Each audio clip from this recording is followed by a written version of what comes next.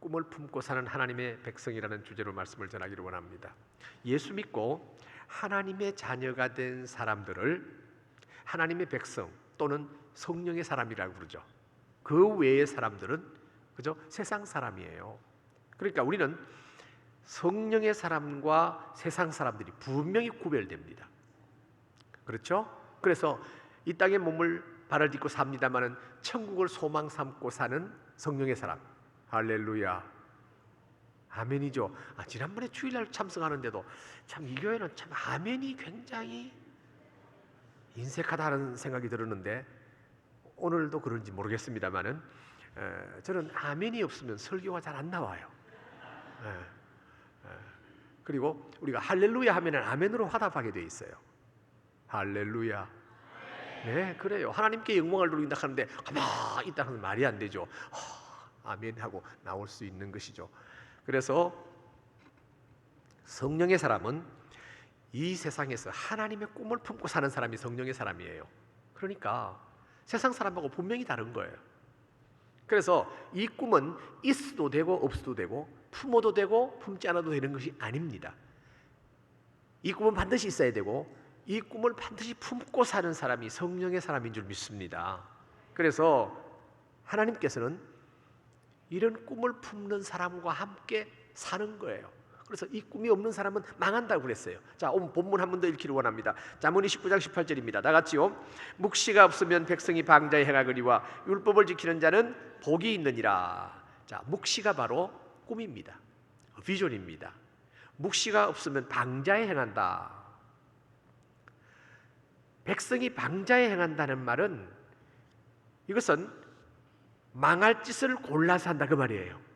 여러분, 망할 짓을 골라서 하는데 망하지 않는 사람이 세상에 어디 있습니까? 그러면서 율법을 지키는 자는 복이 있느니라. 율법, 하나님의 계시의 말씀을 순종하는 사람 복이 있다. 뭐 설명할 필요도 없지요. 그래서 이 묵시란 말이 비전, 드림이라는 말인데, 자, 여러분들 꿈과 비전은 믿음과 뗄래야 뗄 수 없는 관계입니다. 그래서 의인은 뭐로 산다고 그랬죠? 믿음으로 산다고 그랬죠. 그러니까 믿음과 꿈은 나란히 가고 있습니다. 꿈이 없는 사람은 살 수가 없다는 이야기예요. 그래서 불가분의 관계를 가진 이 꿈, 이 믿음, 세상에 사는 사람들 가운데서 고난과 좌절과 고통을 받으면서 사는 사람들 가운데 이 비전을 제시할 수 있다고 한다면 그 사람들은 살아납니다. 그러나 그런 사람들에게 비전을 제시할 수 없으면 살 수가 없는 것입니다. 이스라엘 백성 너무나 잘 알죠. 애굽에서 430년 동안을 노예 생활을 했습니다. 그들에게는 꿈도 없었습니다. 아무것도 없었습니다. 그러니까 그 사람들의 삶이 얼마나 고통스러웠던지 드디어 하나님 앞에 울부짖기 시작했습니다. 그때 하나님께서 응답하셨습니다. 모세를 응답하셨습니다. 하나님의 응답은 사람을 통해서 나타납니다. 모세가 나타나면서 한 비전이 뭔가 하면은 젖과 꿀이 흐르는 땅, 가나안 땅을 제시했습니다. 그런 꿈을 받은 이스라엘 백성들은 이제 모세를 따라서 광야를 두려워하지 아니하고 약속의 땅, 젖과 꿀이 흐르는 땅, 가나안 땅을 향해서 출애굽 공동체가 되게 된 것입니다. 여러분, 이와 같은 이스라엘 백성들이 가나안 땅이라고 하는 이 제시하는 꿈을 향해서 하나가 될 수 있었던 것은 바로 하나님께서 모세를 통해서 주신 비전이었습니다. 우리는 예수님 안에서 믿음을 갖고 사는 하나님의 자녀들입니다. 아멘이시죠? 예수님을 통해서 믿음을 갖고 그게 바로 꿈을 갖고 사는 하나님의 백성이라는 것이지요. 히브리서 11장 1절 너무나 잘 아는 말씀인데 우리 함께 읽기를 원합니다. 믿음은 바라는 것들의 실상이요 보이지 않는 것들의 증거다. 믿음은 바라고 소망하는 것들의 이제 실상으로 나타나는 거죠. 꿈도 마찬가지입니다. 꿈도 꿈을 품고 우리가 하나님 앞에 기도하면서 살 때에 그 꿈이 현실로 나타나게 된다는 것입니다. 그래서 하나님의 사람들은 꿈을 품고 산다는 것이지요. 그것이 하나님의 사람이에요. 성경에는 하나님의 꿈들로 가득 차 있습니다. 그래서 예수 믿는 사람이 어떤 사람인가? 하나님의 꿈을 소유하고 그 꿈을 품고 어떤 고난이나 역경 가운데서도 좌절하지 아니하고 굴하지 아니하고 끊임없이 그 꿈을 바라보고 소망을 갖고 사는 사람들이 하나님의 사람들, 하나님의 자녀들이라는 것입니다. 오늘날 뭐 어디든지 보니까 저 이렇게 잘 살 수가 없다 하고 노래하고 사는 사람 못 봤어요. 저 남아프리카 공화국 가서도 보면은 서구와 다름없는 그와 같은 환경을 누리면서 사는데 모두가 다 어렵다는 거요. 경제가 어렵다는 거요. 한국도 마찬가지고 미국의 교민들도 너무너무 살기가 좋다고 너무너무 돈벌이가 잘 된다고 하는 걸 들어보지를 못했습니다. 명절날 여러분들 한국에 보통 인터뷰를 하지 않습니까? 상인들에게 이제 뉴스 방송에서 인터뷰를 하는데 작년보다 올해가 정말 장사가 잘 된다는 걸 제 70평생에 들어보지를 못했어요. 전부가 안 된대요. 장사가 안 된대요. 그런데 해마다 이런 사람들이 좀 잘 살아요. 잘 살아요. 사람들은 그렇게 부정적인 생각을 가지고 살더라고요. 나는 한 번도 못 들었어요. 작년보다 장사가 잘 된다고. 여러분, 꿈을 가진 백성들, 비전을 품고 사는 백성들, 이 사람들이 성령의 사람인데, 자, 꿈의 사람이라고 한다면은 요셉을 빼놓을 수가 없잖아요. 그렇지요? 요셉. 창세기 39장 1절 우리 함께 읽기를 원합니다. 요셉이 이끌려 애굽에 내려가매 바로의 신하 시위대장 애굽 사람 보디발이 그를 그리로 데려간 이스마엘 사람 손에서 요셉을 산이라. 참 묘한 것은요, 성경을 보면은 노예로 끌려간 요셉을 성경은 끊임없이 조명하고 있습니다. 그 한낱 노예를 성경이 추적하면서 상당한 많은 양을 활용했습니다. 그의 인생의 드라마틱한 모든 것을 조명했는데 11명의 형제들에 대해서는 아주 기록이 빈약합니다. 왜요? 하나님은 꿈을 가진 자를 끊임없이 추적하고 있다는 것을 볼 수가 있습니다. 너무너무 자세하게 기록하고 있는 것을 보게 됩니다. 그런데 여기에서 요셉이 이끌려갔다 하는 말은 묶여서 끌려갔다 그 말인 게 얼마나 초라한 모습입니까? 그런데도 하나님께서는 시선을 떼지 아니하고 끊임없이 그를 추적하고 있는 것을 볼 수가 있습니다. 왜요? 꿈이 있는 사람은 하나님께서 시선을 떼지 않는다는 것을 볼 수가 있습니다. 함께해요. 꿈을 가진 사람은 하나님께서 함께 하시는 것입니다. 자, 창세기 39장 2절로 3절을 한번 보시길 바랍니다. 여호와께서 요셉과 함께 하심으로 그가 형통한 자가 되어 그의 주인 애굽 사람의 집에 있으니. 제 혼자 읽어요? 이 앞에 보이는 것은 함께 일치하는 겁니다. 3절요. 그 주인이 여호와께서 그와 함께 하심을 보며 또 여호와께서 그의 범사에 형통하게 하심을 보았더라. 왜 꿈을 가져야 되느냐? 꿈을 가진 자에게는 하나님께서 함께 하시기 때문입니다. 할렐루야. 여러분, 꿈을 가져야 되겠죠. 여러분들 꿈을 갖게 되면은 하나님께서 함께 하세요. 그러니까 꿈을 가져야 된다는 거예요. 그게 바로 믿음을 가져야 된다는 말과 같은데 좀 더 닿기 위해서 꿈을 가진 사람은 하나님께서 함께 하세요. 꿈을 가진 자 요셉에게 함께 하심으로 결과가 뭡니까? 그가 형통한 자가 되어 그의 주인 애굽 사람의 집에 있으니. 형통한 자. 얼마나 우리가 형통하기를 원합니까? 형통한 사람은요, 여행을 나서면요 비가 오다가도 그쳐주더라고요. 불통한 사람은 좋은 날씨다가도 비가 오고, 캘리포니아는 비가 와야 되겠습니다만은 저는 항상 형통하다고 자부하는 사람이에요. 그런데 지난 화요일 날 이게 도착하니까 흐리기 시작하더니 목요일 날 비가 오고 금요일 날 비가 오더라고요. 할렐루야. 얼마나 감사한지. 뭐 캘리포니아에 비가 나가지고 잔디에 물 주지 말라고 그러고 뭐 그렇게 한다면서요. 근데 비가 온다는 것 올 때 비가 와야 되지요. 필요할 때 비가 와야 되지요. 이게 형통한 사람이 움직이면 그렇게 됩니다, 여러분들. 제가 한국에서 났을 때 폭풍이 왔어요. 태풍이 와가지고 이게 방향을 어디로 트느냐에 따라서 저희들이 이제 서울 가서 인천공항에서 와야 되는데, 일기예보는 완전히 폭풍이고 그것 따라서 비가 온다는 거예요. 이 태풍이 일본 남쪽으로 돌면서 이 습기가 전부 다 한국 땅에 비를 뿌리게 되는데, 저는 언제나 여행할 때마다 확신을 가져요. 지장이 없을 것이다. 잠을 자는 월요일 날 저녁에 100mm가 쏟아졌습니다.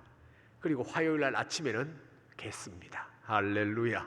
그래서 제주도에는 완전히 이 비행기가 떠지도 못하고 내리지도 못해서 막 북새통을 이루었다는 뉴스를 보면서 김해공항에서 출발해서 인천에 가서 아주 아무런 지장 없이 태평양을 건너왔습니다.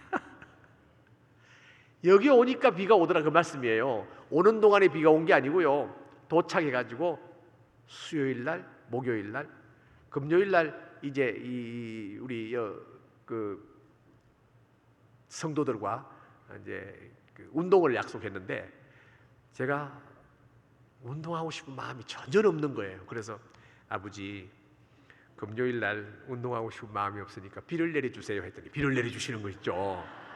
그래서 제가 쉬었어요. 여담입니다마는 꿈을 가진 자에게는 하나님이 함께 하시고 하나님이 함께 하시는 자에게는 형통하다고 성경은 약속하고 있습니다. 그런데 3절에 보니까 그 주인이 여호와께서 그와 함께 하심을 보며, 그 주인 보디발이 여호와께서 그와 요셉과 함께 하심을 보며 또 여호와께서 그의 범사에 형통하게 하심을 보았더라. 보디발이 하나님 믿는 사람이에요? 안 믿는 사람이에요? 믿는 사람이에요? 안 믿는 사람이에요? 안 믿는 사람이에요. 그런데 그 주인 보디발이 여호와께서 요셉과 함께 하심을 보았대요. 또 여호와께서 그의 범사에 형통하게 하심을 보았다는 것입니다. 여러분의 삶 가운데 예수 안 믿는 이웃 사람들이 여러분이 하나님과 함께 하심을 보기를 원합니다. 그리고 여러분의 형통한 모습을 보면서 예수 믿는 사람 다르구나, 다르구나, 그와 같이 볼 수 있고 느낄 수 있게 되기를 바랍니다. 바로 그게 요셉이에요. 왜? 꿈을 가졌으니까.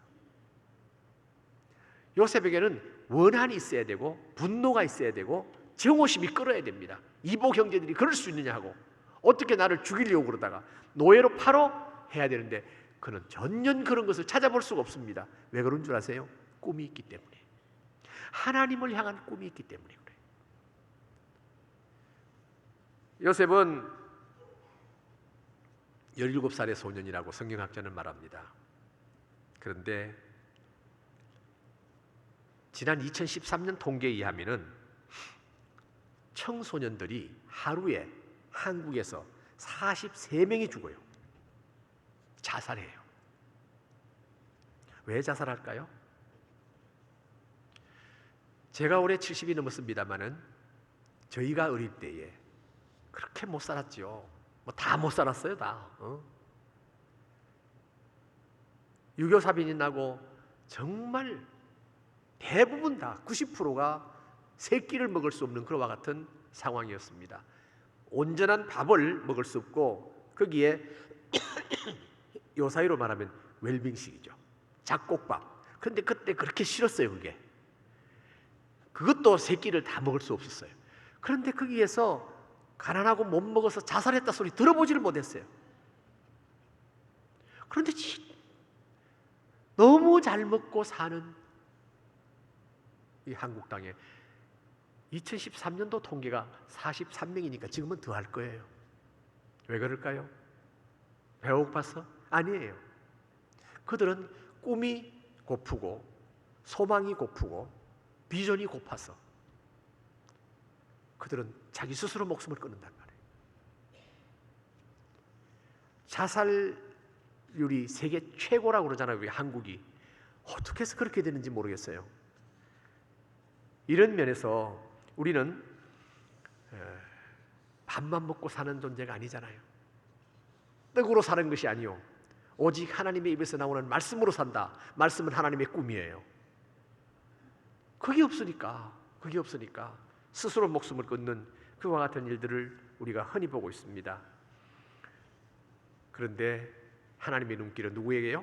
꿈을 가진 자에게 하나님의 눈길이 있다는 거예요. 그 꿈을 키워줄 곳이 어디입니까? 교회밖에 없습니다, 여러분. 청소년, 어린이, 젊은이들에게 꿈을 제시할 수 있는 곳은 교회예요. 그렇기 때문에 교회야말로 이 세상이 아무리 힘들고 어렵다고 할지라도 그들에게 꿈만 분명히 심어준다고 한다면 절대로 스스로 목숨을 끊는 그와 같은 불행한 일은 있을 수가 없습니다. 역경 가운데서도 소망을 가지고 살 수 있는 것이 하나님의 꿈을 품고 사는 겁니다. 거듭 말씀드립니다만 하나님의 눈길은 꿈을 가진 자에게 있습니다.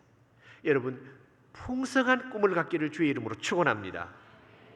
그래서 하나님의 꿈을 가진 17살 소년 요셉 함께 하셨던 것을 볼 수가 있습니다. 여기에는 대부분 17살 이상으로 지금 연세가 드신 분들이 많죠. 그런데 나이와 상관없이 그가 하나님의 꿈을 갖고 있느냐 없느냐가 중요한 거예요. 나이를 보지 않습니다. 따지지 않습니다. 하나님의 관심은 나이가 아니라 그가 사람에게 하나님의 꿈을 가지고 있느냐 없느냐 하는 것입니다. 그것을 따지시는 것입니다. 성경을 보시길 바랍니다. 사도행전 2장 17절입니다. 다 같이요. 하나님이 말씀하시기를 말세에 내가 내 영을 모든 육체에 부어주리니 너희의 자녀들은 예언할 것이요 너희의 젊은이들은 환상을 보고 너희의 늙은이들은 꿈을 꾸리라. 너희의 자녀들은 예언할 것이요. 이 예언이란 말은 그저 예언의 은사를 가지고 하는 것이 아니라 계시된 예언의 말씀을 묵상하고 암송하고 그것을 늘 마음에 담고 있을 수 있는 게 너희의 자녀들입니다. 그래서 우리 자녀들이 늘 성경을 암송하게 하고 묵상하게 한다는 게 얼마나 귀한지 몰라요. 말세에 살아남을 수 있는 겁니다. 또 젊은이들은 환상을 보고 꿈이죠. 늙은이들은 꿈을 꾸리라. 그러니까 나이를 초월해서 하나님 말씀을 통해서 꿈을 갖게 하는 것이 하나님의 소망인 거예요. 그래서 성령이 임하시는 말세에 이와 같은 역사를 하나님께서는 약속해 주셨어요. 하나님께서는 아브라함을 부르시고 꿈을 제시하셨습니다. 자, 창세기 12장 1절로 3절 함께 읽겠습니다. 여호와께서 아브라함에게 이르시되 너는 너희 고향과 친척과 아버지 집을 떠나 내가 내게 보여줄 땅으로 가라. 내가 너로 큰 민족을 이루고 내게 복을 주어 내 이름을 창대케 하리니 너는 복이 될지라. 너를 축복하는 자에게는 내가 복을 내리고 너를 저주하는 자에게는 내가 저주하리니 땅의 모든 족속이 너로 말미암아 복을 얻을 것이니라. 자, 아브라함의 나이가 몇 살이죠? 이때가 몇 살이었죠? 75세였습니다. 노인이에요. 노인을 불러내서 꿈을 제시합니다. 복의 근원으로 만들겠다. 너를 인하여 천하 만민이 모든 민족이 복을 받을 것이다. 꿈이에요. 아브라함이 그 소리를 들을 때에 하나님을 향해서 어떤 생각을 가지겠어요? 실감이 안 났지만은 그러나 하나님께서 그에게 꿈을 제시한 거예요. 너로 인해서 모든 민족이 복을 받을 것이다. 복의 근원으로 삼겠다. 얼마나 벅찬 거예요. 아브라함에게 약속하신 이 말씀은 우리가 그대로 받아도 받는 자의 것이 될 줄 믿습니다. 이게 바로 믿음이에요. 내게 주신 말씀으로 받는 거예요. 그래서 하나님의 말씀을 내게 주신 말씀으로 받을 때 그것이 내 것이 된다고 하는 것은 저는 많은 경험을 했습니다. 그러니까 이 하나님의 말씀, 살아있는 말씀이라는 것을 체험하셔야 돼요.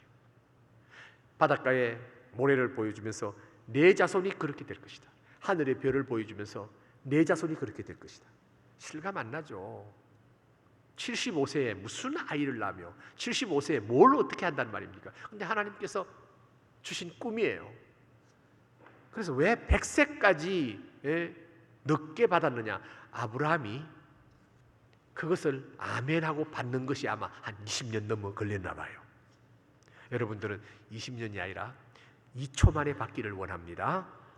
아멘하고 받으면 그것이 내 믿음대로 될지니라 하는 주님의 약속이 그대로 임하는 줄 믿습니다. 갈렙이 85세에 꿈을 받았습니다. 꿈을 가진 사람은 나이를 초월합니다. 임마누엘 칸트는 나이 74세에 유명한 철학책을 썼습니다. 작곡가 베르디는 85세 나이에 유명한 아베 마리아를 작곡했고요. 쾌테는 그의 나이 80에 파우스트를 완성했습니다. 미켈란젤로는 89세에 최후의 심판이라는 역사적인 작품을 완성했고요. 에디슨은 90세까지도 발명을 계속했습니다. 꿈을 가졌기 때문에 가능한 거예요. 그러니까 지금 연세가 많다고 내가 뭐 하겠느냐 이런 생각을 하지 마시고 꿈을 품는 귀한 심령 되기를 주의 이름으로 축원합니다. 사랑하는 성도 여러분, 꿈은 나이를 초월하게 만드는 능력이 있습니다. 그래서 하나님을 찾으시는 사람은 꿈을 가진 사람들이에요. 어떤 사람을 찾느냐? 꿈을 가진 사람을 찾는 거예요. 하나님의 꿈으로 가득 차기를 여러분 소망하시기를 바랍니다. 그럼 어떤 꿈을 꿔야 될까요? 요셉이 갖는 해와 달과 11별이 나에게 절하는 꿈을 꿀까요? 아니죠. 우리는 미래를 바라보면서 내 자신을 향한 꿈이 있고 내 자녀 후손을 향한 꿈이 있고 가족 권속을 향한 꿈이 있고 또 주님께서 우리에게 허락한 이 베델교회에 나오시는 분들은 베델교회에 대한 꿈이 있어야 하고 한인사회를 향한 그리고 우리 대한민국이라는 조국을 향한 꿈을 가져야 하고 열방을 향한 꿈을 가져야 됩니다. 그럴 때 꿈을 가진 자는 하나님이 항상 그와 함께 하신다는 것을 믿으시길 바랍니다. 제가 오래전에 읽었던 책인데 책 이름을 모르겠어요. 그러나 그 가정사역자 베브리 라일이라고 하는 그 저자는 제가 기억해요. 왜냐하니까 이 저자가 자기 아들 7살짜리를 놓고 꿈을 갖고 기도한 거예요. 이 아이의 기질, 성품, 이 아이를 볼 때 이 아이의 본인이 어떻게 되는 그것도 귀한 거지만 여자를 잘 만나야 되겠다 생각하고는 7살짜리를 놓고 배우자를 놓고 기도한 거예요. 이 자매가 기도했는데 이 아이의 성품과 맞아야 되고 기질과 맞아야 되고 모든 걸 해서 그걸 기록하면서 계속 기도했답니다. 그런데 이 아이가 이제 자라면서 나이가 들면서 여자친구를 데리고 오는데 가만히 살펴보니까 자기가 기도한 거하고는 많이 다르더래요. 그래도 아직 어리니까 얼마든지 바뀔 수가 있다고 생각하고 끊임없이 기도했대요. 그런데 20대가 넘어가지고 엄마 나 이 자매하고 결혼할래 하고 데리고 왔는데 기도했던 모든 것을 가만히 따져보니까 100% 맞는 거예요. 100%. 할렐루야. 너무 좋아가지고 너무 좋은데 거기에 보너스로 2가지를 더 주셨더래요. 그게 지금 제가 기억이 나는 거예요. 이 어머니는 이 머리카락이 금발머리를 그렇게 좋아했대요. 브라운 헤어. 근데 금발머리 아가씨들이에요. 이건 구하지도 않았는데 주는 덤으로 주는 보너스였고 또 눈 빛깔이 이 블루 아이 그걸 좋아했는데 그거는 기도하지 않았대요. 근데 정말 파란 눈동자의 아가씨를 주셨더래요. 그래서 그 하나님께 꿈을 가지고 기도했던 것이 하나 다 응답된 것이 얼마나 감사한지 모르겠다고 하는 것이 제가 기억에 남아있는 거 있죠. 나는 애들 다 시집장가 보냈는데 이거 어떡하냐. 손자 손녀를 놓고 기도하시길 바랍니다. 손자 손녀를 놓고 기도하세요. 배우자 잘 만나야 돼요. 사람 잘 만나야 돼요. 사람 잘 만나가지고 어려운 일을 당한 사람 얼마나 주위에 많이 봅니까? 그러니까 손자 손녀를 놓고 기도하세요. 이 사소한 것이지만은 이 사소한 것이 아닙니다. 그런 것까지도 우리가 꿈을 품고 기도하라는 거지요. 그래서 첫 번째 우리가 생각할 것은 하나님의 계시의 말씀을 통해 꿈을 갖게 됩니다. 다른 꿈이 아니에요. 하나님의 계시의 말씀. 그래서 하나님의 말씀은 하나님의 꿈으로 가득 차 있는 것이 하나님의 계시의 말씀이에요. 그러니까 어릴 때부터 말씀을 읽어야 되는 것이 뭐냐 하면은 그 어릴 때부터 말씀을 통해서 꿈을 갖게 되기 때문에 어릴 때부터 성경을 읽어야 한다. 그리고 성경을 읽는 모습을 보여줘야 돼요. 어머니 아버지가 아무리 바쁘더라도 성경을 읽고 묵상하고 성경을 서로 나누는 그와 같은 시간을 여러분 가지세요. 그러면 함께 꿈을 갖게 될 줄 믿습니다. 그래서 어릴 때부터 하나님 말씀으로 꿈을 갖도록 만들고 또한 하나님의 영감으로 가득 차 있으니까 이 말씀 속에서 하나님의 꿈을 품게 되는 것이지요. 자, 시편 19편 7절로 8절을 보면요, 이런 말씀이 있습니다. 다 같이요. 여호와의 율법은 완전하여 영혼을 소성시키고 여호와의 증거는 확실하여 우둔한 자로 지혜롭게 하며 여호와의 교훈은 정직하여 마음을 기쁘게 하고 여호와의 계명은 순결하여 눈을 밝게 하시도다. 여기서 말하는 율법, 증거, 교훈, 계명 다 하나님 말씀이에요. 그 하나님 말씀은 우리를 소성시킬 뿐만 아니라 또 이 말씀은 우둔한 자로 지혜롭게 하고 정직한 마음을 기쁘게 하고 정직하게 기쁘게 하고 계명은 순결하여 눈을 밝게, 영육간의 눈을 밝게 한다, 그 말씀이지요. 이런 하나님의 말씀, 복음이 들어가는 곳마다 놀라운 변화가 일어나고 있지 않습니까? 우리 한국이 130년의 그 선교 역사밖에 되지 않는데도 세계 선교 역사에 대한민국 같이 이렇게 교회가 왕성한 것은 없다고 지금까지도 말하고 있습니다. 그러면서 한국이 저렇게 경제적으로 부흥하는 이유에 대해서 정치학적으로, 사회학적으로, 경제학적으로 답변을 못합니다. 정치를 잘해서도 아니고, 정치 보면 계속 싸우잖아요. 정치를 보면서 한심하기 짝이 없는 거죠. 그리고 경제도 보면은요, 경제학적으로 볼 때도 계속해서 문제 일으키고 사고 치고 뭐, 사회학적으로는 얼마나 부조리가 많습니까? 해석이 안 돼요. 그런데 어떻게 해서 한국이 저렇게 잘 사느냐? 저것은 기독교 신앙학적으로 볼 수밖에 없습니다. 하나님이 긍휼을 베푸셨고 축복하신 것밖에 없는 것입니다, 여러분. 제가 대학 다닐 1960 후반 70년대 들어갈 그 무렵에 GNP가 북한과 남한의 GNP 차이는요, 훨씬 남한이 못 살았습니다. UN 통계에서 북한이 훨씬 잘 살았어요. 그리고 해방 바로 전까지 전기가 북한에서 공급됐습니다. 그래서 한 번은 남한이 암흑천지가 된 것은 북한에서 전기를 끊어버렸어요. 그럴 정도의 세상이었습니다, 남한과 북한의 차이는. 그런데 지금 어떻습니까? 비교할 수 없을 정도로 남한이 올라섰습니다. 왜 그런 줄 아세요? 북한은 하나님의 축복이 끊어졌어요.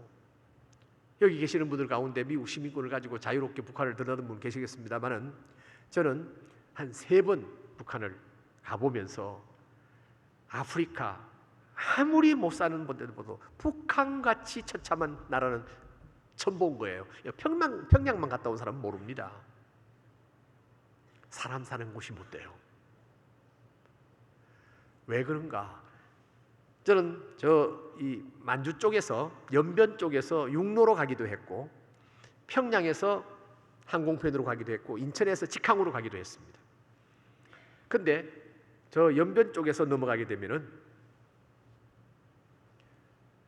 중국 쪽에 그 옥수수 떼라든지 조라든지 이런 그 곡식 키가 북한만 딱 넘어가면은 3분의 1밖에 안 돼요. 그리고 산이 완전히 벌거숭이에다가 비만 좀 오면은 완전히 막 산이 무너지는 같이 돼버리고, 그러니까 토양이 산성화돼 가지고 곡식이 안 되는 거예요. 그러니까 악순환이 계속되고 있는 것을 볼 수가 있습니다. 자립으로서는, 스스로는 일생 동안, 아니 영원토록 일어날 수 없는 나라가 돼버렸어요. 왜냐? 하나님을 추방하고 그 자리에 김일성 세워놨어요. 가보신 분들은 다 알겠습니다만, 위대한 김일성 수령은 영원히 우리와 함께 계신다 쫙 써놨어요. 하나님 밀어내고 거기다가 김일성을 올려놨으니까 어찌 하나님이 복을 주시겠어요? 오직 나만이 저렇게 사는 것은 하나님의 축복이라고 해석밖에는 없는 줄 압니다. 그러니까 하나님 말씀을 통해서 우리가 소생하고 산다는 이야기인 거예요. 그래서 우리 하나님의 사람들, 성령의 사람들은요, 시편 119편 92절로 93절, 제가 참 사랑하는 말씀입니다. 함께 읽습니다. 주의 법이 나의 즐거움이 되지 아니하였다면 내가 내 고난 중에 멸망하였으리이다. 내가 주의 법도들을 영원히 잊지 아니하오니 주께서 이것들 때문에 나를 살게 하심이니이다. 이 시편 저자는 하나님의 법이, 하나님의 말씀이 나의 즐거움이 되었기 때문에 내가 내 고난 중에 멸망치 않았습니다. 내가 하나님의 말씀을 영원히 잊을 수 없는 것은 주께서 이것들 때문에 나를 살게 하셨습니다. 하나님 말씀을 아니었으면 나 고난 중에 죽었어요. 하나님 말씀 아니었으면 나는 자살했을 것입니다. 이 말이지요. 그런데 하나님 말씀 때문에 내가 살았고, 그렇기 때문에 이 말씀을 영원히 잊을 수가 없습니다. 여러분의 고백이 되기를 바랍니다. 아무리 어려운 일이 있다 할지라도 하나님 말씀, 약속의 말씀 때문에 내가 소생했고, 그 말씀 때문에 내가 일어났고 오늘이 있습니다 하는 고백이 날마다 있어야 합니다. 여러분, 제가 나이가 70이 넘었는데도 하나님께서 연단을 하시는데, 이거는 도무지 어떻게 이런 일이 나에게 있을 수가 있느냐 하는 이런 일을 만난 거지요. 그때 하나님께서 잠을 못 자고 뒤척일 때에 주신 약속의 말씀이, 사람이 감당할 수 없는 시험은 당한 것이 없나니, 하나님은 미쁘사 사람이 감당할 수 없는 시험을 허락지 아니하시고 시험 당할 즈음에 피할 길을 내사 너희로 능히 감당하게 하시느니라. 이거는 주일학교 학생도 암송하는 거예요. 그렇죠? 내가 감당할 수 없는 시험은 안 준다 그랬으니 능히 감당할 수 있겠구나. 할렐루야. 그리고는 피할 길도 주신다. 그리고 능히 감당하게 하신다. 아멘. 할렐루야. 그 말씀을 묵상하면서 잠이 들었어요. 잠을 깊이 잤어요. 그 말씀이 계속해서 나에게 오는데, 그래도 며칠 지나면요, 이 말씀의 효력이 떨어져요. 연약하기 때문에. 그래서 낙심이 되는 거예요. 그럴 때 하나님께서 주시는 말씀이 또 있어요. 잠을 못 자고 뒤척이는데, 내 영혼아, 내가 어찌하여 낙심하며 어찌하여 내 속에 불안해하는고, 너는 하나님께 소망을 두라. 그가 나타나 도우심으로 말미암아 오히려 하나님을 찬송하리로다. 할렐루야. 이거 시편 43편에 주시는 말씀 아니에요? 그 말씀을 통해서 내게 주시는 말씀으로 받는 거예요. 그 다음에 이 말씀을 가지고 또 며칠 지나요. 찬송하며 며칠 지나요. 이 효력도 멀리 가지 못하고 앞으로 닥치는 이런 문제들, 어처구니 없는 문제들을 생각할 때에 또 사람이 여러 가지 이 흉계를 가지고 뭐 이렇게 하는 거 보면요, 연약해서 또 흔들리고 하는 거예요. 그럴 때에 주께서 주시는 말씀이, 너희가 사방으로 우겨쌈을 당하여도 쌓이지 아니하며 답답한 일을 당하여도 낙심하지 아니하며 박해를 받아도 버림받지 아니하며 거꾸로 뜨림을 당하여도 망하지 아니하고 항상 예수의 죽음을 내 몸에 짊어지면 내 몸에서 예수의 생명이 나타나게 하리 함이라. 할렐루야. 이 말씀을 가지고 내가 사방으로 우겨쌈을 당해봐라. 절대로 쌓이지 않는다. 거꾸로 뜨림을 당한다. 반드시 일어난다. 이런 하나님의 약속의 말씀을 받으니까 그 말씀이 용기가 되는 거예요. 그 앞에 뭐라고 되어 있는가 하면, 너희가 이 보배를, 우리가 이 보배를 질그릇에 가졌으니 심히 큰 능력은 하나님께 있고 우리에게 있지 아니함을 알게 하려 함이라. 우리 연약하잖아요. 질그릇이잖아요. 깨질 수 있는 질그릇이잖아요. 그러나 우리 속엔 뭐가 있다고요? 예수의 보배가 있으니까, 예수의 생명이 있기 때문에 사방으로 우겨쌈을 당하여도 쌓이지 아니하고 답답한 일을 당하여도 낙심하지 아니하고 박해를 받아도 버림받지 아니하고 거꾸로 뜨림을 당하여도 망하지 아니한다. 할렐루야. 이 말씀이 내 속에서 살아서 역사하는 거예요. 여러분, 우리가 이 말씀이 그저 신앙생활 따로 생활 따로가 아니에요. 이것은 하나로 가는 거예요. 우리 삶에 있어서 하나님 말씀은 우리에게 얼마나 능력이 되는지 몰라요. 그래서 내가 소생하는 거 있죠. 그러면서 감사할 수 있어요. 위기를 만나고 어려운 일을 만났는데 어떻게 감사하느냐? 하나님의 말씀을 통해서 우리가 소생할 때 감사하는 겁니다. 가능한 것입니다. 그냥 꿈을 갖기 때문에, 미래를 갖기 때문에. 세상 사람들은 우리를 해롭게 하지만은 하나님께서는 그 해를 선으로 바꾸시는 하나님, 믿습니까 여러분들? 요셉이 그렇게 고백했잖아요.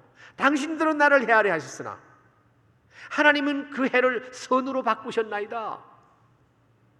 그를 구덩이에 빠뜨려 죽이려 하다가 그를 노예로 팔았는데 어떻게 국무총리가 되었습니까? 애굽에서.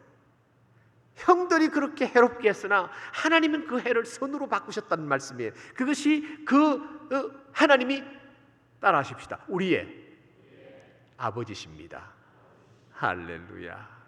얼마나 감사해요. 얼마나 감사해요. 그 아버지를 모시고 사는 사람은 절대로 낙심하지 않습니다. 절대로 스스로 목숨을 끊지 않습니다. 참 요번에 너무너무 안타까운 것은 명색이 장로라고 하는 사람이 모기업에 자살을 해가지고 세상을 발칵 뒤집어 놓고 하는 거 말도 아니죠. 그럴 수가 없어요. 정말 예수의 생명을 소유한 사람은요, 그럴 수가 없어요.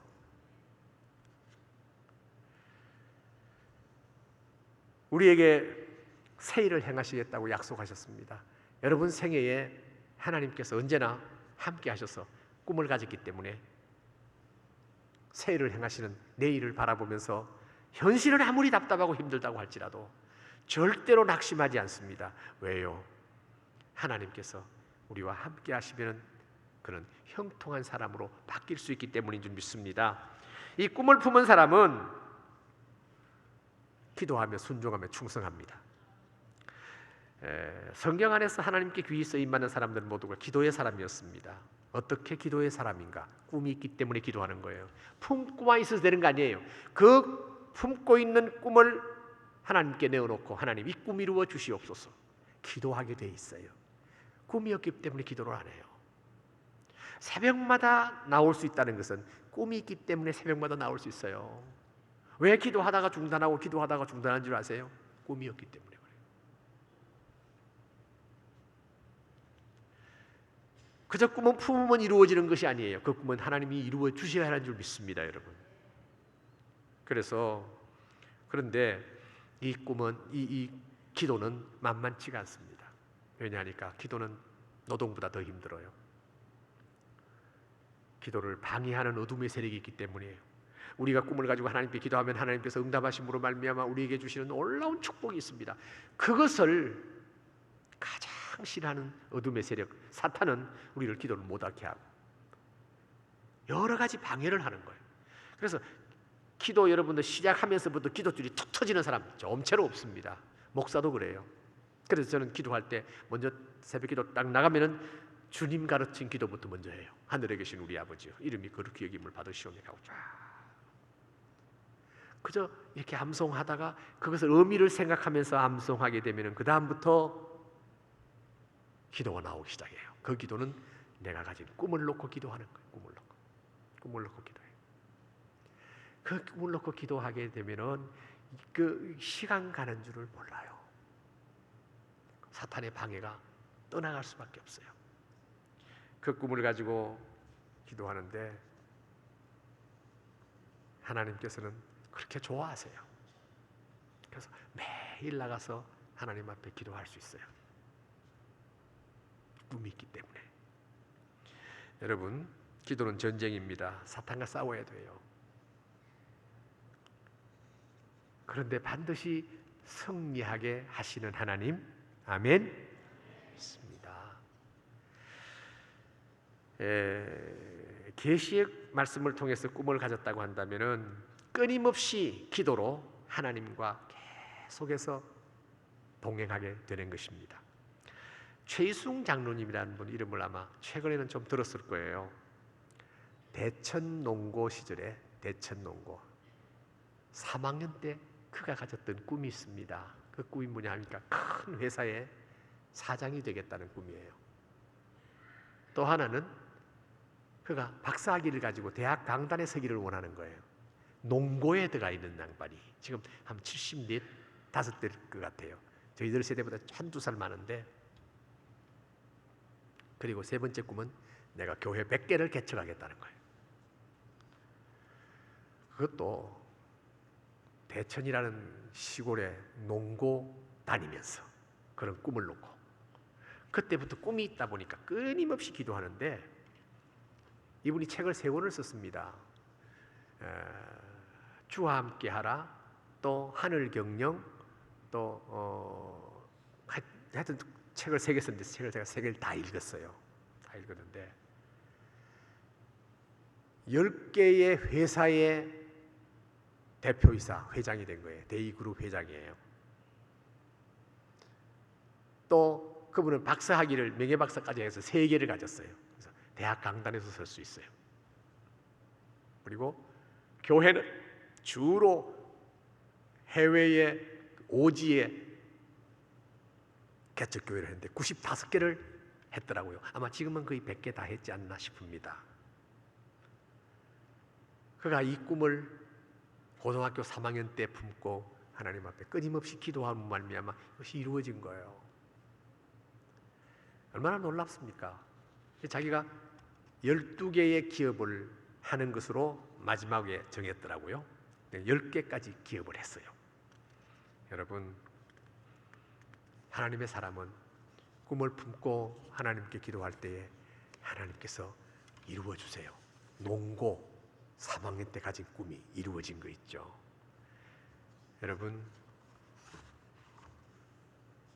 저는 이 베델교회에 다니는 여러분들은 하나님께서 특별한 축복이에요. 제가 시작할 때부터 김한효 목사님 이야기를 했습니다마는 제자 훈련 목회 철학을 가지고 끊임없이 지금까지 올 수 있다는 것이 얼마나 감사한지 몰라요. 목회 철학이 같기 때문에 나이를 초월해서 서로 간에 비전을 나눌 수 있어요. 여러분, 여러분의 꿈이 이루어지기를 원합니까? 아멘? 그렇다고 한다면 마지막으로 복음을 전하고 순종함으로 꿈을 이루어가게 되기를 바랍니다. 하나님의 꿈을 먼저 기도하세요. 그래서 성경은 너희는 먼저 그의 나라와 그 의를 구하라. 그리하면 이 모든 것을 너희에게 더하시리라. 그러니까 내 꿈을 하나님 앞에 구하기 전에 하나님의 꿈을 먼저 기도하는 거예요. 하나님께서는 복음 전하기를 원하십니다. 그래서 우리가 하나님의 백성으로서 우리를 구원하신 하나님의 목적이 있어요. 그것은 당신 영광을 위해서 우리를 불렀어요. 우리를 불러서 우리를 구원해 주신 거예요. 그래서 우리의 삶이 먼저 하나님께 신령과 진정으로 예배드리는 예배자가 되기를 원합니다만 또 하나는 세상을 변화시키라는 거예요. 우리가 살고 있는 현장을 하나님 나라로 바꾸라고 하는 하나님의 소명이 있습니다. 그것을 잊어버리면은 참 불행한 성도가 돼요. 세상의 종교하고 다를 바 없는 그 기복신앙으로 전락해버려요. 그래서 우리가 하나님 앞에 예배하고 하나님 앞에 나와서 성경 공부하고 하나님 앞에 나와서 우리가 하는 모든 행위는 하나님을 기쁘시게 하는 예배자가 될 뿐만 아니라 그 다음에 내가 사는 현장에서 너희는 세상의 빛이요 세상의 소금이라고 하는 이 소명을 이루어야 돼요. 그러니까 제일 첫 번째가 뭡니까? 세상을 바꾸는 것은 전도예요. 복음을 전하는 거예요. 데살로니가전서 2장 19절로 20절입니다. 다 같이요. 우리의 소망이나 기쁨이나 자랑의 면류관이 무엇이냐? 그가 강림하실 때 우리 주 예수 앞에 너희가 아니냐? 너희는 우리의 영광이요 기쁨이니라. 바울이 데살로니가 교인들을 바라보면서 나의 면류관이다. 나의 면류관이다. 여러분이 지금 주위에 살피면서 저분은 내 면류관이라는 사람이 얼마나 있는지 보세요. 하나님께서 저에게 주신 은혜 가운데 가장 큰 은혜는 복음을 전하는 데 대해서 부끄러움이 없고 복음을 전하는 데 대해서 은혜를 주셨어요. 가는 곳마다 저를 통해서 예수 믿었다는 사람을 저는 잘 만나요. 이번에 왔더니 베델교회 장로님 한 분이 그래요. 당신의 모친 누님이 예수 믿었는데 누님이 아마 그 어머니를 제가 사랑의 교회 부목사로 있을 때 만나게 해서 복음을 제시하게 했답니다. 그래서 그때 복음을 받았고 그로 말미암아 예수를 믿게 됐다고 장로님이 저한테 고맙게 생각하는 목사님이라. 저기 동부에서도 그런 분을 만났어요. 저는 부목사로 있으면서 어려운 사람들 신방보다는 믿지 않는 사람을 전도해달라고 하는 신방을 얼마나 받았는지 몰라요. 그래서 얼마나 열심히 복음을 전했는데 그때마다 열매가 주어졌어요. 가만히 보니까 그 히스토리가 많은 사람이 이분을 전도를 했는데 결국에 가서는 제가 꼭지를 딱 따게 되는 그런 축복을 받게 된 거예요. 그러니까 그동안에 수많은 사람이 전도했는 그 사람보다는 마지막에 딱 따니까 저한테 다 면류관이 돌아올 수밖에 없는 거 아니에요? 아닙니다. 처음부터 했는 사람도 다 받아요. 그러니까 때를 얻든지 못 얻든지 복음을 전하는 여러분 되시길 바랍니다. 그걸 놓고 기도하는 거예요. 그래서 적어도 오늘 밤에 오신 분들은요, 올해에 10명 정도는 새신자를 놓고 기도를 하세요. 그것도 기록해 놓고 기도를 하세요. 제가 거기 가서 재미 본 사람이거든요. 그래서 먼저 그 사람을 놓고 기도하는 거예요. 그게 나의 첫 번째 꿈이에요. 난 저 사람 예수 믿게 하기를 원합니다. 내가 접근할 때에 성령께서 함께해 주시옵소서라고 하는 거예요. 하나님이 얼마나 기뻐하시고 대견하는지 몰라요. 여러분, 우리가 자녀로서 부모에게 계속해서 돈 달라 뭐 달라 하는 것보다 내가 부모의 필요를 채워주는 것을 먼저 할 때에 부모가 얼마나 대견하게 생각하겠어요.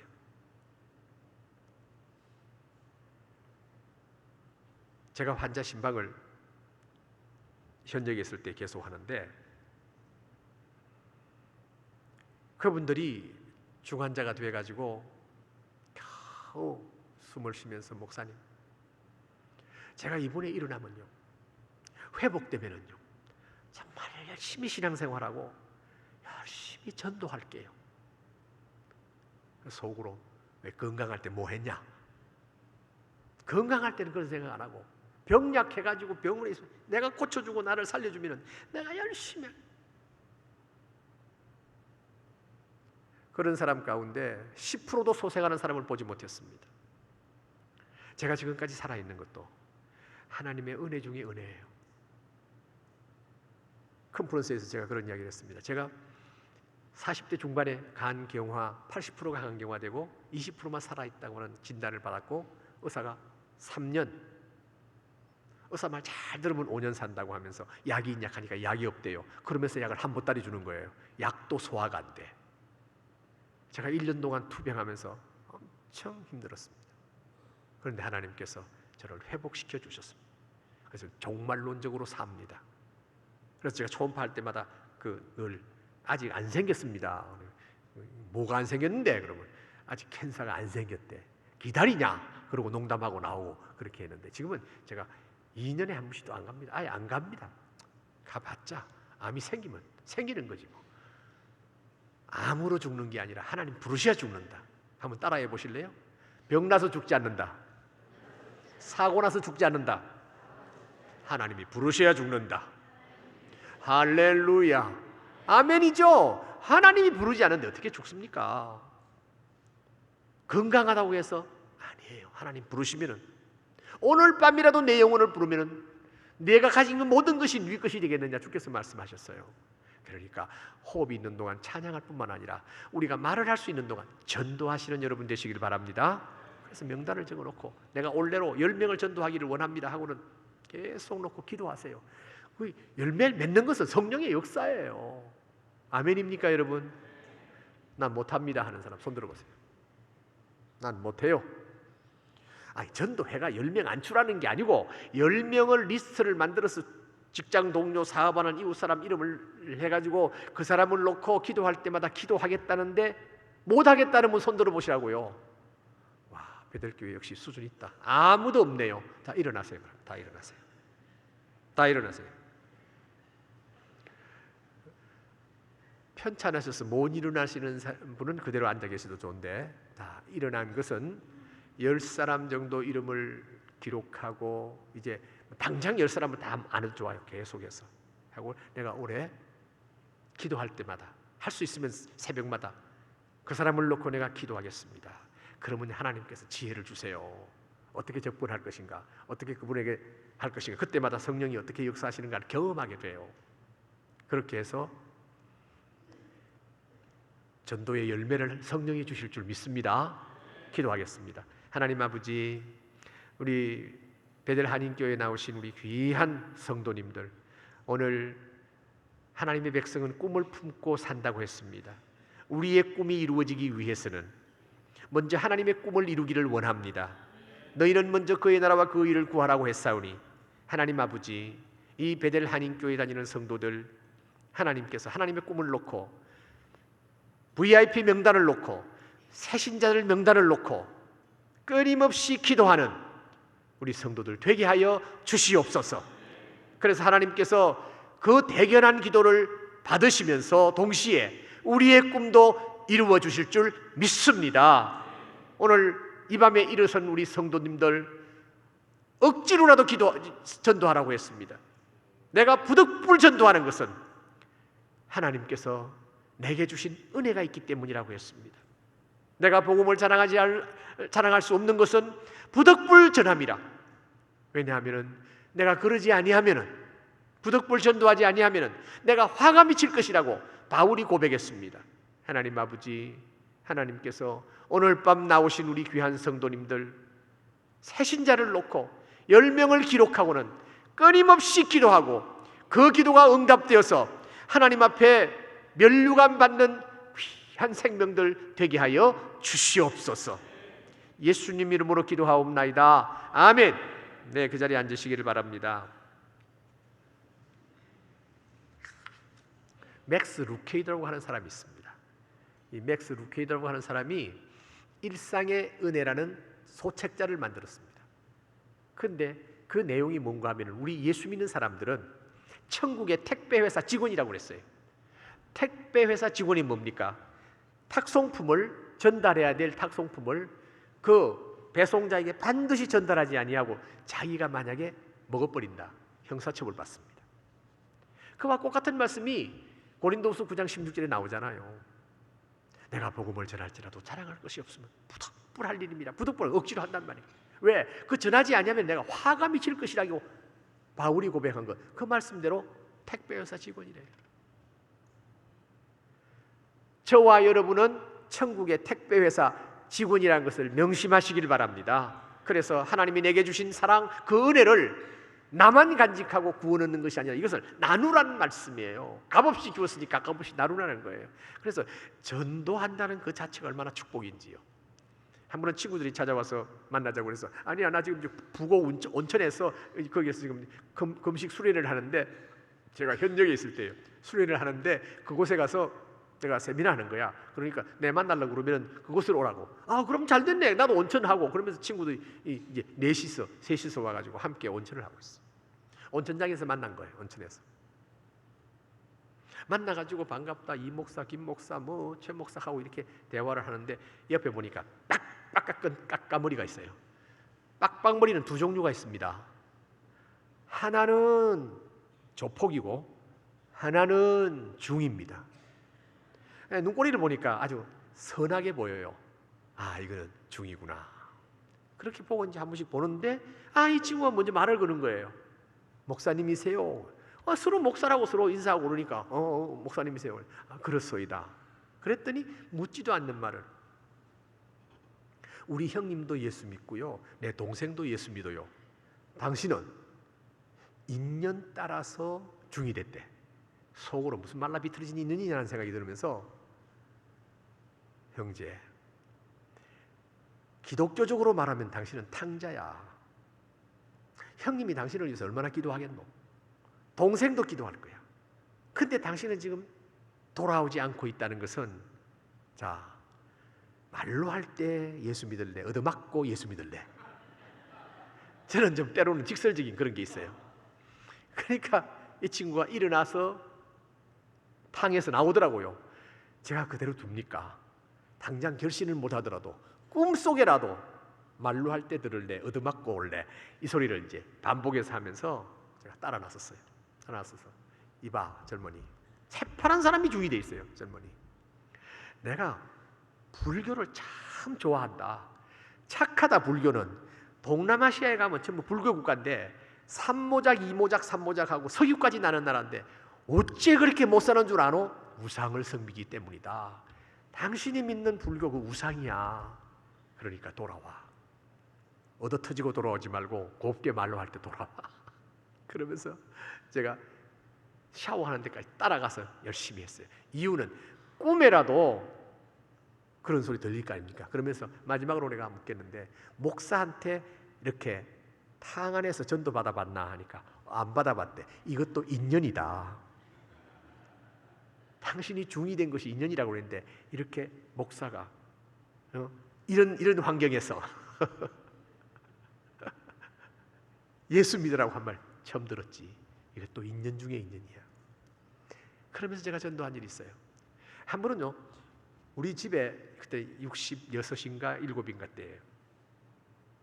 보통 우리 한국 아파트 보면은 왜 이 엘리베이터 타기 전에 문이 열리고 치우려면 문이 열리고 그다음에 엘리베이터를 타고 집에 올라가면 또 열쇠 안 넣고도 갖다 대면 문이 열리잖아요. 근데 갖다 대니까 안 되는 거예요. 이상하다, 이 고장이 났냐. 그런데 젊은 부부가 들어와요. 초등학교 학생과 중등학교 딸을 데리고 그 젊은 부부가 들어오는데 그 따라 들어왔지요. 따라서 엘리베이터를 탔어요. 근데 저보고 목사님 안녕하세요 그래요. 그래서 제가 은퇴했기 때문에 호산나 교인이세요 하니까 아니래요. 어느 교인이세요? 그랬더니 교회 안 다닌대요. 아니 교회 안 다니는데 저를 어떻게 아세요? 하니까 목사님은 방송에 나와서 목사님 뭐 모르는 사람 있나요? 그래. 기독교 방송도 들으세요? 하니까 종종 듣는데 900 누르는 거예요. 9층을 눌러요. 난 13층에 산다고. 그리고는 이제 집에 가서 누르니까 문도 안 열리는 거예요. 그래서 집사람한테 전화를 했어요. 자기가 지금 밖에 있는데 나를 기다리고 있는데 어디에 있니? 아니 내가 지금 13층 집에 왔는데 당신이 없어서 아니 내가 지하에 있었는데 당신이 못 봤다고. 내가 내려가겠다고. 내려가는데 그 여학생 딸내미가 같이 탔어요. 900 몇 톤이 하니까 901호래요. 그래서 아버지 전화번호 좀 적어줄래? 아버지 전화번호 내가 적었어요. 그리고 내려와가지고는 아파트를 보니까 우리 집은 120동인데 119동에서 왔다 갔다 한 거 있죠. 그러면서 제가 내가 70도 안 돼가지고 내 집도 못 찾아 들어가나 한심한 생각이 들더라고요. 그러면서 번쩍 생각나는 것이 이 멍청한 짓을 내가 하나님께서 하게 하셨다면 분명히 901호. 그래서 교회에서 교적을 딱 찾았어요. 교적을 찾아보니까 119동에 4가구가 우리 교회 다니는 있더라고요. 그래서 대충 나이를 보니까 40 중반쯤 돼 보여가지고 40 중반쯤 되면 집사한테 전화를 했어요. 901호 아느냐 하니까 모른대. 그래서 여차 해가지고 오늘 이렇게 되는 일인데 우리 합동으로 전도합시다. 그래가지고 우리 사무실에 불러서 차도 대접하고 뭐 이렇게 계속하고 해가지고는 7월 초에 그 집에 갔었는데 만나게 됐는데 9월 초에 7, 8 두 달 만에 그 아빠, 엄마, 중학생, 초등학생 다 등록했어요. 등록물 하면 뭐 합니까? 계속해서 신앙생활 해야지요. 목양장로까지 붙였어요. 그랬더니 지금은요 둘 다 집사가 돼가지고 얼마나 신통하게 신앙생활하는지 모릅니다. 할렐루야. 하나님의 사람들이 멍청한 짓을 해도 하나님께서는 그곳에서 수확하시는 하나님인 줄 믿으시길 바랍니다.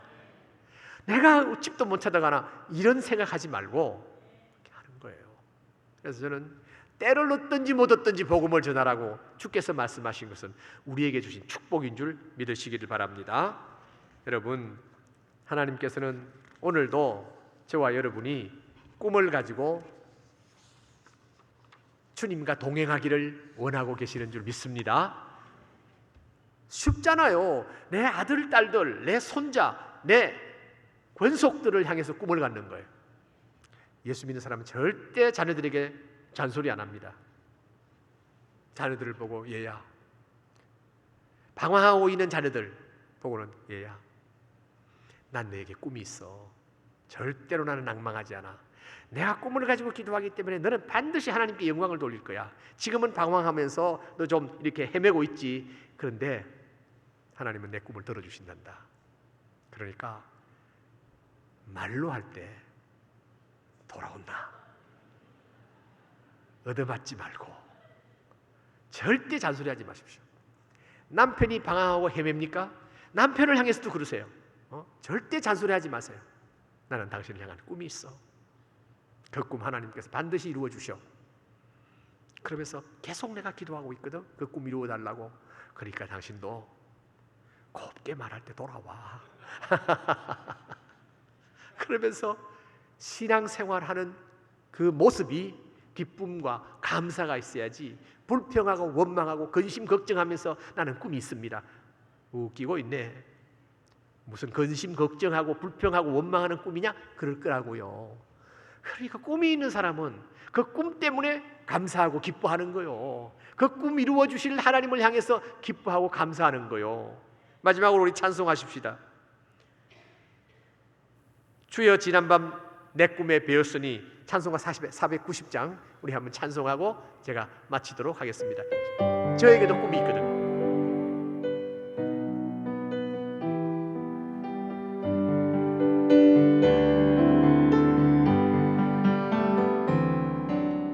주여 지난밤 내 꿈에 배었으니 그 꿈 이루어 주옵소서. 밤과 아침에 계시로 보여주사 항상 은혜를 주옵소서. 나의 놀라운 꿈 정녕 나 믿기는 장차 큰 은혜 받을 편이. 나의 놀라운 꿈 정녕 이루어져 주님 얼굴을 뵈리라. 또 아파서 낙심될 때 내게 소망을 주셨으며 내가 영광의 주님을 바라보니 앞길 환하게 보이구나. 날 놀라운 꿈 정녕 나 믿기는 장차 큰 은혜 받을 편이. 나의 놀라운 꿈 정녕 이루어져 주님 얼굴을 뵈리라. 내 숨쉬는 나날이 갈리어도 나는 내 믿음 지키니. 인생 살다가 죽음이 꿈 같으나 오직 내 꿈은 참되리라. 나의 놀라운 꿈 정녕 나 믿기는 장차 큰 은혜 받